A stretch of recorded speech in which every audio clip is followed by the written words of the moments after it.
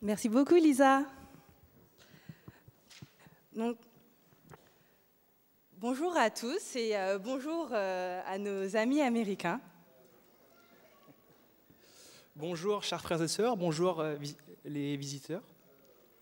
Alors, nous voulons partager avec vous une réflexion que nous avons eue aux aînés sur la relation entre vérité et unité dans l'Église.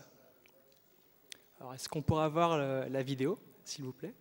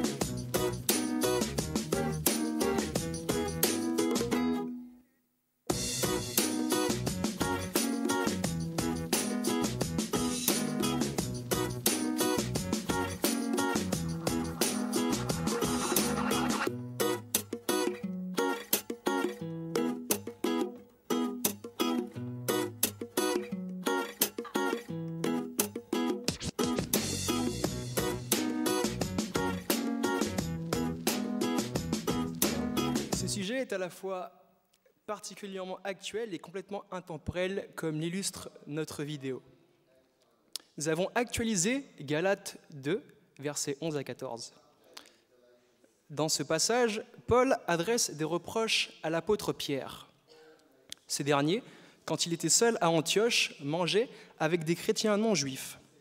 Mais, à l'arrivée de chrétiens juifs, il se détourna des chrétiens d'origine païenne parce que, selon la loi juive, ils ne doivent pas manger avec des non-juifs. Cette attitude créa une division au sein des chrétiens. Paul rappelle donc que se conformer à la vérité de l'Évangile signifie que tous les chrétiens, d'origine juive ou non, doivent partager la même table et se soutenir mutuellement. Cet exemple montre que déjà au temps des premiers chrétiens se posait la question: doit-on rester fermement ancré à notre vérité, nos croyances, quitte à sacrifier notre unité en tant que chrétiens, ou doit-on préserver à tout prix l'unité et pour cela être prêt à compromettre même nos croyances fondamentales? Quel est le plus important? La vérité ou l'unité? Peut-on concilier les deux?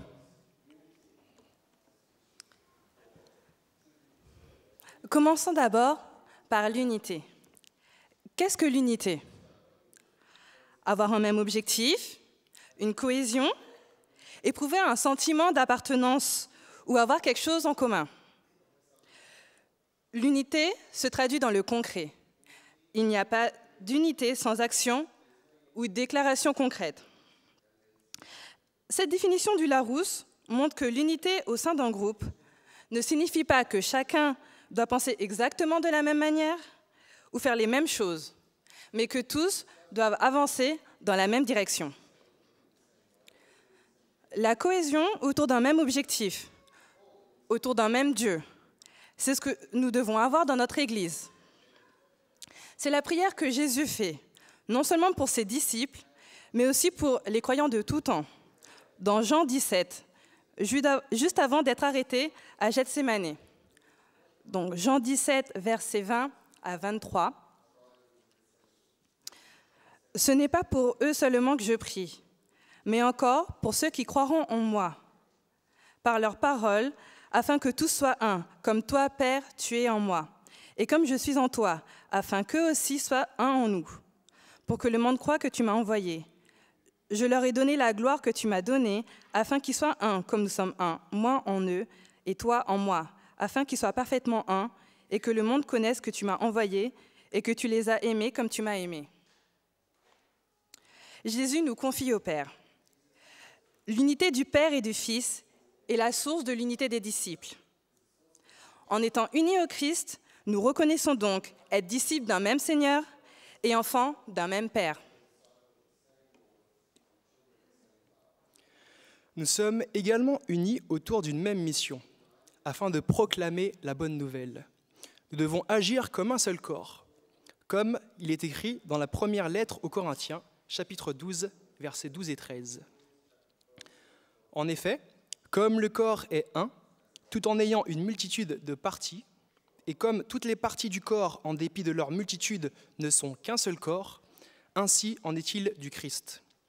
Car c'est dans un seul esprit que nous tous, soit juifs, soit grecs, soit esclaves, soit hommes libres, nous avons reçu le baptême pour appartenir à un seul corps. Et nous avons tous été abreuvés d'un seul esprit. Paul admet donc que dans l'Église, chacun a sa spécificité, de par la nature différente de ses dons, de par nos façons différentes de voir les choses. Mais chacun a sa place, son rôle à jouer, et surtout, chacun a besoin des autres. Le corps, et donc l'Église, ne peut pas fonctionner si toutes les parties ne travaillent pas ensemble. L'unité est donc primordiale dans l'Église. Cependant, nous sommes conscients qu'il demande des efforts. Bien qu'ayant la même Bible, nous sommes conscients que chacun a sa vision et qu'il faut parfois accepter des visions différentes pour le bien de tous. Et parfois même changer notre façon de voir les choses.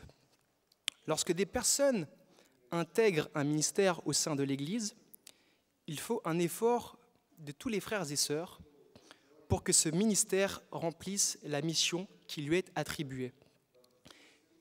Il faut une entente au niveau de la vision de la tâche à accomplir et des moyens pour y parvenir. Dans le ministère de l'évangélisation, par exemple, que mettre en place pour toucher les gens qui ne connaissent pas l'Évangile ? Certains voudraient peut-être privilégier les sorties missionnaires et les distributions de prospectus. D'autres voudraient organiser des événements dans l'Église à destination des visiteurs. D'autres encore voudraient atteindre les non-croyants par différents médias, comme Internet. Y a-t-il une meilleure idée qu'une autre ? Une vision meilleure qu'une autre ? Dieu ne se révèle-t-il pas à chacun selon le moyen qui lui plaît et le plus adapté aux circonstances et à chacun ? Ce que l'on appelle compromis n'est-il pas parfois ce que l'on nomme la diversité ? C'est là que la question se pose. Jusqu'à quel point peut-on négocier ? Où se trouve la limite ? Existe-t-il un moment où l'unité doit être abandonnée sous peine de renier nos principes les plus profonds, nos croyances fondamentales, le fondement même de notre religion ? Cette question s'est posée et se pose encore. Prenons l'exemple de l'église d'Huntsville. Depuis le 8 février dernier, l'église adventiste du 7e jour à Huntsville, Alabama, propose un service appelé Surge Church, qui vise à attirer des non-croyants. Ce service plus contemporain se passe dans une ambiance décontractée, une ambiance très « venez comme vous êtes ». Et ce culte commence à 10h. Autre grosse différence avec le service normal, il se passe le dimanche matin. Et il cible les non-adventistes qui peuvent se sentir plus à l'aise avec l'idée du culte le dimanche, comme il est pratiqué dans la plupart des confessions chrétiennes. Ce service du dimanche a reçu l'aval de la fédération et ne remplace pas le culte du samedi matin, qui continue à se faire et le complète. Le pasteur responsable de cette église, D. Blair Snell, excuse me for my English, explique que le service du dimanche serait un peu plus court, plus informel et plus ciblé sur l'enseignement que le service du samedi. Il est quand même rappelé sur le site web de l'Église que les adventistes observent le sabbat le samedi, aussi appelé jour de Jésus. Comme vous vous en doutez, le culte a de nombreux détracteurs qui considèrent le culte du dimanche comme anathème.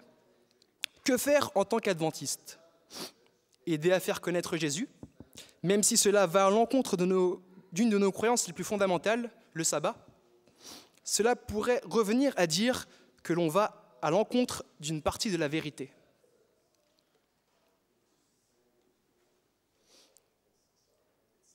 Continue, vas-y, c'est pas grave. Ok. Arrêtons-nous donc un instant sur la définition du mot vérité. De plus en plus, il est admis qu'il y a une vérité générale prouvée.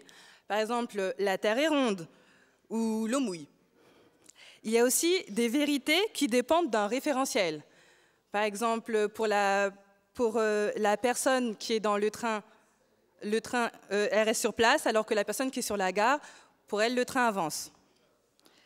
En conséquence, nous entendons souvent « la vérité est relative ». En tant que chrétiens, nous avons la vérité de la parole de Dieu. Mais nous avons aussi tous nos dogmes que nous considérons comme vérité. Enfin, nous avons les enseignements de la Bible, mais également des prescriptions comme ne pas porter de pantalon sur la chair pour les filles, ou ne pas boire d'alcool ou de café. Souvent, ces prescriptions deviennent même prépondérantes. Petite histoire, quand j'avais 11 ans, j'étais dans une autre église, et pour un sabbat de la jeunesse aussi, on a demandé aux jeunes, aux enfants, d'expliquer ce qui se passait pendant ce qu'ils pensaient de l'école du sabbat, ce qu'ils avaient retenu de l'enseignement de la Bible. J'ai donc travaillé pendant toute la semaine sur les enseignements de l'école du sabbat. Le samedi matin, j'étais là, prête, l'école du sabbat préparée. J'étais bien habillée avec mon pantalon tailleur et ma chemise. Et je me sentais grande. Et j'étais contente parce que j'allais à l'église pour parler de Dieu. Petite parenthèse, je remercie encore tous les membres d'église et tous les diacres pour avoir permis à tous les jeunes de participer pendant tout ce mois à l'église. C'est vraiment important. Je reprends mon histoire. Donc j'arrive le samedi, et là, on me dit non, tu ne pourras pas monter sur la chaire et dire ce que tu as préparé, parce que tu es en pantalon. Ils ont donc pris mon texte que j'avais travaillé pendant toute la semaine et l'ont donné à une fille qui ne s'occupait pas forcément de Dieu, mais qui était en jupe. Qu'est-ce que j'ai retenu de ce qui s'est passé, moi, la Rachel de 11 ans, c'est que finalement, l'apparence était plus important que ce qu'il y avait dans le cœur. Heureusement, je suis passée à autre chose, c'est pour ça que je suis là aujourd'hui. Cette histoire n'a pas pour but de raviver le débat sur le port du pantalon ou sur le port des bijoux par les femmes dans l'Église. Mais ça a pour but de montrer que certains chrétiens s'accrochent aux dogmes comme si c'était des conditions sine qua non du salut, et in extenso un fondement de leur foi. Fort de cette vérité, ils cherchent à se détacher des autres chrétiens qui, selon eux, sont dans le tort. Ce comportement peut amener à l'intégrisme, voire l'extrémisme, et être responsable de dissensions et de malaise dans l'Église. Juste pour qu'il n'y ait pas d'ambiguïté, voyons la véritable définition de l'intégrisme. Selon Wikipédia, le terme intégrisme désigne généralement toute attitude doctrinale de conservatisme intransigeant. Selon Larousse, l'intégrisme est l'attitude et la disposition d'esprit de certains croyants qui, au nom du respect intransigeant de la tradition, se refusent à toute évolution. Ce qui est frappant dans ces définitions est que dans chacune des deux, l'intégrisme est basé sur le respect sans concession de doctrines et de traditions, et non pas forcément du texte sacré.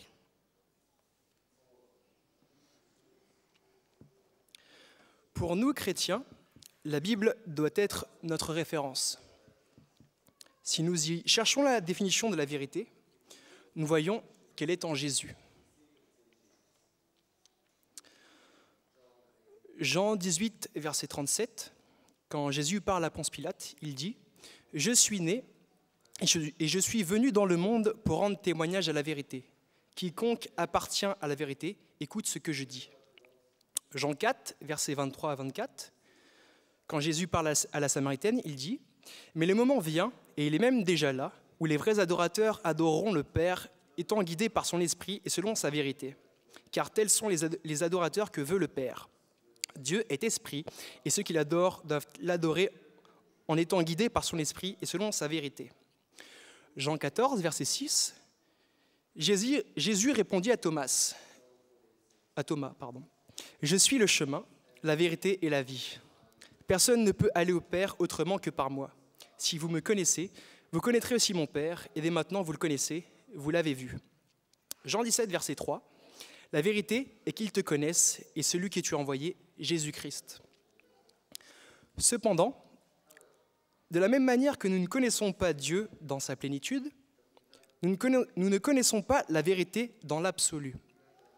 Alors si la Bible conduit à la vérité, pouvons-nous nous targuer de la comprendre et de la connaître pleinement?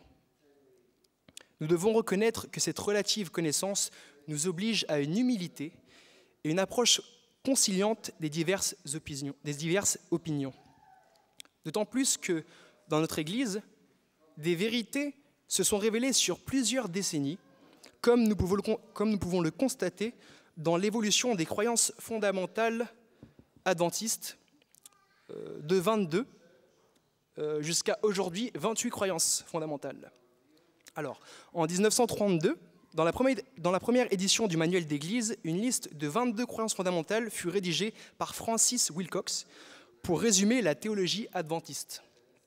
En 1980, les 27 croyances fondamentales de l'Église adventiste furent votées lors d'une session à la conférence générale. En 2005, une autre croyance fut ajoutée lors d'une session de la conférence générale.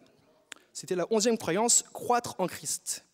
Elle a été ajoutée en réponse aux requêtes des adventistes des pays en voie de développement qui demandaient une déclaration sur le combat spirituel contre les forces du mal.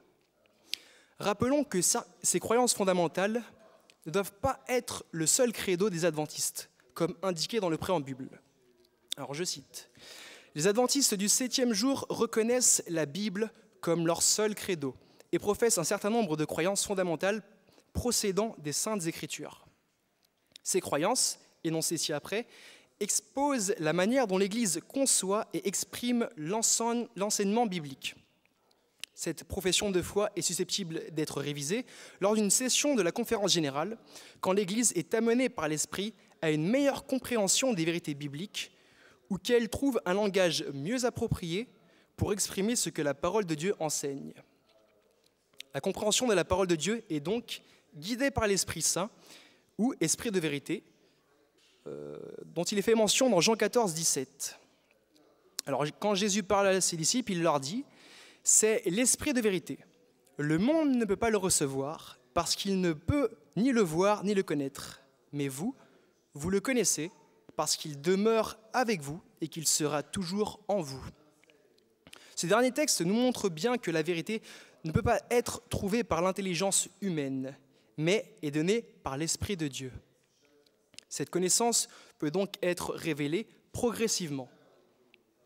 Pour citer Ellen White, elle dit « Il y aura un développement de notre compréhension, car la vérité est capable d'une expansion constante. Notre exploration de la vérité est incomplète. Nous avons rassemblé seulement quelques rayons de lumière. »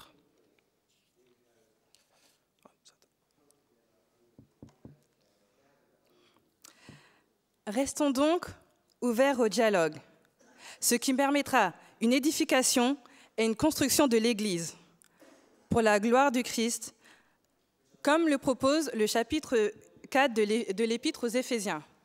Je vais vous le lire parce qu'il est vraiment important et il résume toute notre prédication. Je vous en supplie donc, moi qui suis prisonnier, parce que je sers le Seigneur, vous que Dieu a appelés, conduisez-vous d'une façon digne de cet appel. Soyez toujours humbles, doux et patients. Supportez-vous les uns les autres avec amour. Efforcez-vous de maintenir l'unité que donne l'Esprit par la paix qui vous lie les uns aux autres. Il y a un seul corps et un seul esprit, de même qu'il y a une seule espérance à laquelle Dieu vous a appelés. Il y a un seul Seigneur, une seule foi, un seul baptême. Il y a un seul Dieu, le Père de tous, qui règne sur tous, qui agit par tous et demeure en tous. Cependant, chacun de nous a reçu un don particulier, l'un de ceux que le Christ a généreusement accordés. Il est dit dans l'Écriture, « Quand il est monté vers les hauteurs, il a capturé des prisonniers, il a fait des dons aux hommes. » Or, que veut dire « il est monté » ? Cela présuppose qu'il est aussi descendu dans les régions les plus profondes de la terre. Celui qui est descendu est aussi celui qui est monté au plus haut des cieux afin de remplir tout l'univers. C'est lui qui a fait des dons particuliers aux hommes.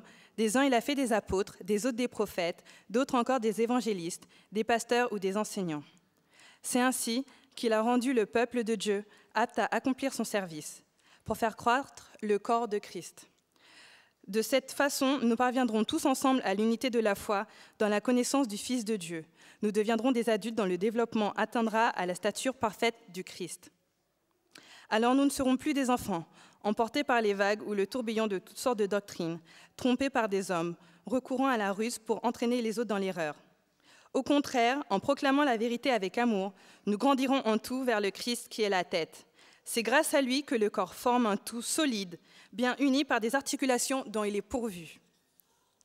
Ainsi, lorsque chaque partie fonctionne comme elle doit, le corps entier grandit et se développe par amour. Je vous exhorte donc à justement chercher la vérité en Jésus et que par son exemple, vivre l'unité dans l'Église grâce au lien d'amour qui tisse entre nous. La Praise Team va venir et j'exhorte toute l'Assemblée à se lever et à chanter « Nous voulons vivre l'unité » tous ensemble en essayant de resserrer nos liens d'amour.